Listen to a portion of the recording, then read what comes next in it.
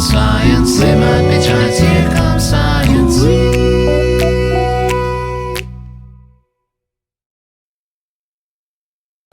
Hello everybody and welcome to another exciting episode of Science. Today I'm going to be discussing something that is very ubiquitous in our modern lives, but very frequently misunderstood and or misattributed to various other things. And what I'm going to be talking about today is all about electricity of various sorts. Now, I already did my little talk earlier about light and how it's related to electricity and Roy G. Biv and all that kind of stuff. Today is going to be more a hard line on electricity itself, which is in part why I'm wearing my glove. You'll see in a little bit. So basically what we're going to be discussing today primarily is a man by the name of Nikola Tesla. He was a really amazing inventor way back in the day, and frankly, most of his inventions have only recently begun to come into relatively common use. For example, the Tesla car only recently came onto the market. It's very expensive, but it is ridiculously economical and it works very well, and it works off of principles that he invented many years ago. The first example that I have is something that many of you have seen in some form or another, and it's a very simple device that's been around for many years, and it is very simply just a flashlight. Now, more often than not, you'll see a flashlight that uses batteries, right? This particular flashlight instead uses a crank in order to generate the electricity. Rather than using batteries and sucking out the energy from the batteries, it uses a crank mechanism that generates enough electricity to light up the light bulb. It's a very simple generator that was invented by Nikola Tesla way back in the day, and it works by having copper spooled nearby a magnet. When the magnet spins, it generates electricity which goes into the copper and subsequently into the bulb, which lights it up. Once you have the lit up bulb, then you can wander around with your nice fancy new flashlight.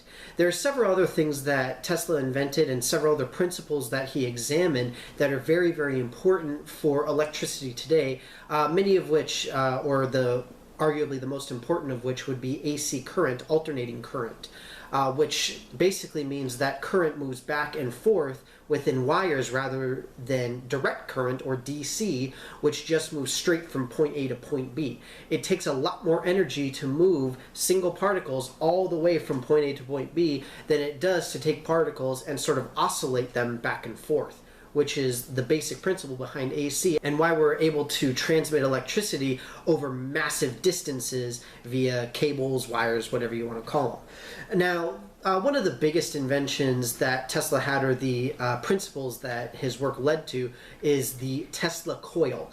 It's something that's very often seen in basically YouTube videos that involve music being made via the Tesla coils playing famous songs of various sorts, all sorts of things like that. But one of the basic principles, or one of the basic uses for Tesla coils, is actually to test lightning strikes, because originally it was developed to generate electrical arcs. That's really all it's for, is just to make a very infinitesimally tiny version of lightning. So to demonstrate that, I've got a couple of little things here. First and most importantly, you need to have your Tesla coil itself, this little device. Obviously, this is a handheld one. This won't be able to hurt you if you were ever to be shocked by one, so don't worry about it. But as far as static electricity goes, this is a lot more powerful than just ordinary static electricity. Whereas static just gives you a little jolt that you're like, ooh. This one will give you a much more powerful shock, and you know that you got hit with electricity. It still won't damage you, it won't injure your organs or your skin or anything like that, but it just hurts more. So that being said, we'll go ahead and get started with a couple of little things. The first demonstration that I'm going to do is just using this pie pan. It's just a basic aluminum pie pan, and what I'm going to do is I'm going to shock it with the Tesla coil, because the aluminum acts as a conductor of the electricity. It lets the electricity into it so that we can make an electrical arc. It would work the same way if I were to just shock myself, but that's a really bad way to demonstrate electricity, and also very painful. So we're going to stick with the nice happy metal, right? So what I'm going to do here is I'm going to shut off the lights real quick, and then we'll get started, or I'll at least shut off most of the lights. Now then, we've got our little pie pan here. We've got our Tesla coil here. So when we put the two together, basically we start off with our little electricity, and when we get it close to the pie pan, we can see that it generates an electrical arc. Not a very big one, but it generates an electrical arc nonetheless. All right? The electrical arc is small, only about 1 inch to 1.5 inches. The reason that it's so small is simply because the Tesla coil isn't very powerful. If it generated more electricity, if it had more power associated with it, then it would be much better able to really get all of the electricity out and to make a much longer, much more powerful electrical arc. But in this case, it's a relatively small one simply because, again, it doesn't have the energy. It doesn't have the energy required to make a larger version of the same electrical arc. The next little demonstration that I'll do for you all is something that will utilize the electricity that flows through not only from our Tesla coil into our pie pan, but also gives us one of the most common things that we see electricity used for, and that is very simply light. This is a fluorescent light bulb that you'll see in office buildings, schools, all sorts of stuff like that. The reason that it's called a fluorescent light bulb is very, very simple. Inside of this light bulb, you'll always see this white coating. Fluorescent light bulbs always look white. The reason that they do is because there's a chemical inside of the bulb that coats the inside of the glass. When that chemical becomes electrified, it undergoes the physical chemical process of fluorescence. Fluorescence simply means that you take in energy at one energy level and you release it at a different energy level. In this case, it's taking in electrical energy and it's converting it, well, quote, converting it into light energy, in this case, visible light energy. Right? Now, you may remember from my video on light earlier that we can see white light is composed of all 7 colors of the rainbow, the Roy G. Biv colors. And in this particular case, we see that again. This particular light bulb does have all 7 colors of the rainbow, and we see that it is indeed white light. Very simply, the vast majority of any fluorescent light bulb is going to be made up of white light, simply because that's the way that the fluorescent coating inside works. It only produces white light, and having a chemical coating produce other colors is very, very difficult and very expensive. Now, with this particular bulb, we can see another very important principle with electricity. We've already talked a little bit about conductors, and now we can see insulation. Okay? So with insulation, we see that the light bulb will light up more or less depending on which side of the bulb I touch with the Tesla coil. If I touch the side of the bulb that's closer to my hand, less of the bulb lights up. Whereas if I touch the other side, more of it lights. A better way to, or a easier way to demonstrate this is to simply move my hand. We start at the top, and as my hand slides down, the bulb gets brighter because the electricity is able to go farther down into the chemical, therefore lighting it up. The next aspect that I briefly wanted to discuss is about something that lightning does fairly frequently in nature, and that is start fires. There's a guide of sorts that is known as the fire triangle, consisting of obviously 3 parts. First, you have fuel. Second, you have air, oxygen. And third, you have heat. If you have those 3 things, then you have the capability of making fire. And when it comes to the Tesla coil and electricity, then that provides one of the 3. And what I'm going to do is demonstrate exactly how it does that. For fuel, I'm going to use this. It's just a piece of paper, and I'm using this in part because it burns very well, because it's paper, and second, because it comes from trees. And since we have something that comes from tree that's made from man, and we've got man-made lightning, I thought it made sense.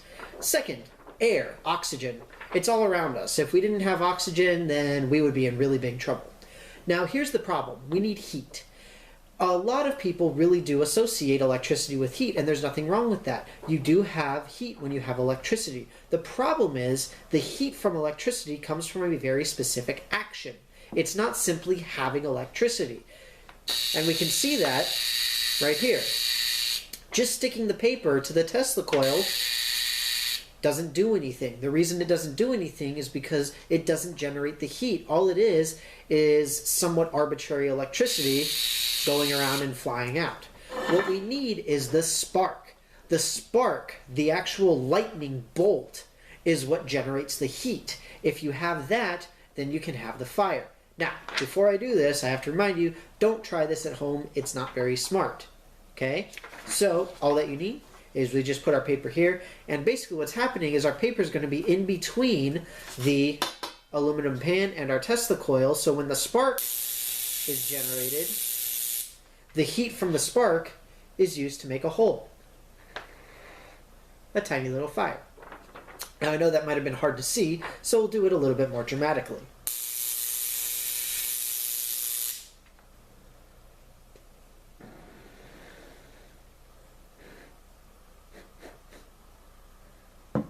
So, see? Now, that's just a very basic demonstration of something that is really not that powerful. But it just goes to show you how strong even something as small as a handheld Tesla coil can be in terms of the electricity that it puts out. So it's a really fun demonstration. I enjoy doing it, and it's a cool thing to tell your friends about, not show them. But when you're older, then you can try. Or if you're old now, then you can try it too. But either way, it's an interesting thing to do, and it's a cool little experiment.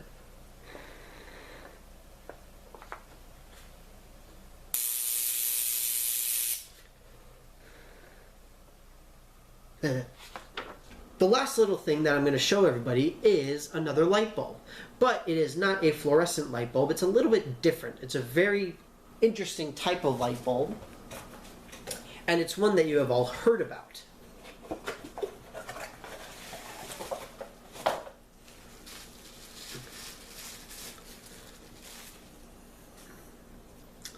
This light, I know you can't see it very well. This light is what we call a neon light bulb. The reason that this is called a neon light bulb is because it is filled with the gas neon. Normally, if you have a fluorescent bulb, again, you'll just see that white coating, whereas with this, it is a completely clear bulb. You can see right through it, but you still have metal contacts on either end. The reason that you have the metal contacts is you still need electricity to flow through. And in the case of neon, when neon is electrified, it does also fluoresce. It fluoresces at different wavelengths than other light bulbs though, and that's why neon is used for many, many different signs. So we'll do the same thing. We put our light bulb resting on top of our pie pan here, grab our Tesla coil, and when we light it up, we see that the bulb is a nice bright orange yellow color. As opposed to that white light containing all 7 colors, this only has 2 or maybe 3 of them. The reason simply being that when the gas is electrified and it fluoresces, it doesn't release all 7 colors of the rainbow. It only releases a few of them. Because it only releases a few of them, we only see a few of them, very simply. Now, you guys, I'm sure, have either been to or seen images of the Las Vegas Strip, and you'll see colorful bulbs all over the place. Colors ranging from blues to greens to yellows to reds, all sorts of stuff. And the reason that you have different colors is simply different gases. Xenon headlights in cars, or various other gases of all different sorts, halogen lights, whatever you want to have, whatever you see, those all generate different colors in the headlights. You can have blue, you can have green, you can even have purple, you can have the really nice bright white from the xenon lights, all sorts of stuff like that. And you'll get different colors because of the gas fluorescing at different energy levels. That's it for me, everybody. I hope that you liked my little video on some of the many, many inventions of our good friend Nikola Tesla and my little discussion on some electrical principles. And with that, thank you very much for watching. I hope that you enjoyed it, and I will see you next time.